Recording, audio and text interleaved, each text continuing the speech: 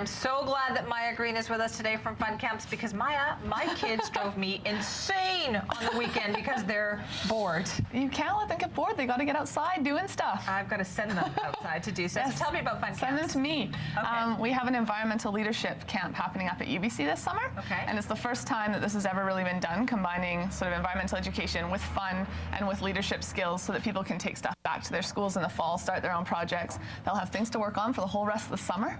Great. So send them to the early weeks.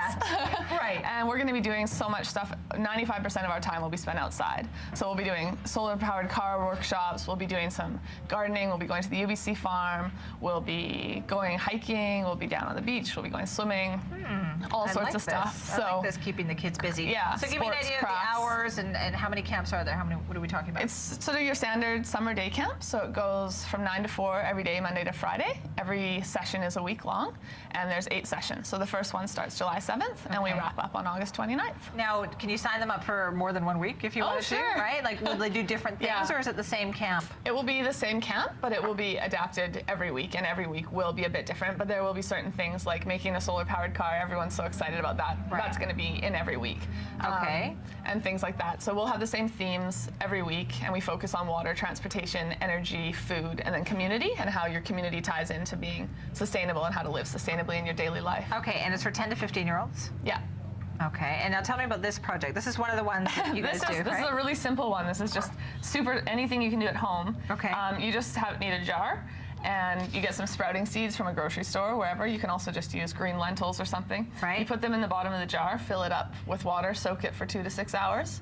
In a dark space. Then you bring it out and you put cheesecloth, which is the hardest part because you got to know where to find it. It's with the baking ware in Safeway. Yeah, in the grocery store. Yeah. And then you put it over top, and you can either use an elastic band or a canning jar lid. Right. And then you just rinse it 3-4 times a day, and you leave it up like this so that it's sitting on your and it'll have the cheesecloth on it. So it drains. So you rinse it, and then you tip it over either on your sink or next to your windowsill. And within about 3 days, you have completely edible, delicious sprouts, and you never need to buy sprouts ever again. Because this will just keep going and going. Well, you just keep doing it every time you harvest them, and then you make another jar. And so, like, this is 2 different stages. So this one, you can see some of the seeds are still in there. Right. And then this one is getting to the point where you can almost eat it.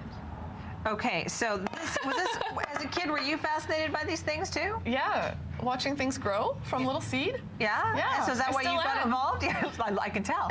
Is that why you got involved in doing this? Yeah, I have an environmental studies background as well, and done lots of work with kids, and just wanted to combine the 2 passions together, and had looked for an environmental camp to work at a couple years ago, and there weren't any, so I decided to start one. So wait a minute, you've started this whole thing all on your own? Yes. Well, good for you. Now, fortunately, there are also some other environmental camps out there as well, like Moss and Sauce, Farm Wonders, and Catching the Spirit. So it's catching on, and the more the better, right? Things are starting up. It's great. That age, that's great to have those kids learn that and then take that knowledge home. Yeah. Well, that's the thing, is that most of the camps are for the younger kids, and so we wanted to have the older age group up to 15 have that sort of middle preteen 10 to 15 age group where people don't really have as much to do, and they're thinking they shouldn't go to summer camp. So this is more like a camp, but also a leadership program. Right. So it's totally a good thing for the older kids as well, and they take those skills back to their schools, and they get to start neat things, and it's sort of, the idea is to create an environmental education domino effect. Right. So they leave, and it's not just a week of camp. They've been inspired into action, they've had so much fun, they go back, they tell all their friends about it, and they start their parents, don't forget, they're going to be going home and asking for alfalfa sprout seeds, right? They educate their parents, they educate their communities, and the future, their future is in their hands, and so it really puts it there and gives them the skills to change their future. Ambitious, good job. Okay, so very quickly then, they can still register? Yes, people are still registering. We have a promotion on that ends today, which is $10 off if you sign up by today. All right. And then there's a few other promotions. People can check on the website for those. Okay, and so people can continue to register all summer long as the weeks come up? Yes, but the sooner the better. That would be also a good thing, right? Not leaving you to the last minute on and they're starting to fill up more and more now as well. And we also have a scholarship program for low-income families that people can call me and find out about. Sounds like a great idea. I'll be looking at that for sure. Now, for more information, you can check out our website, citytv.com/BT Vancouver. 9:27, you're watching Breakfast Television. Good job.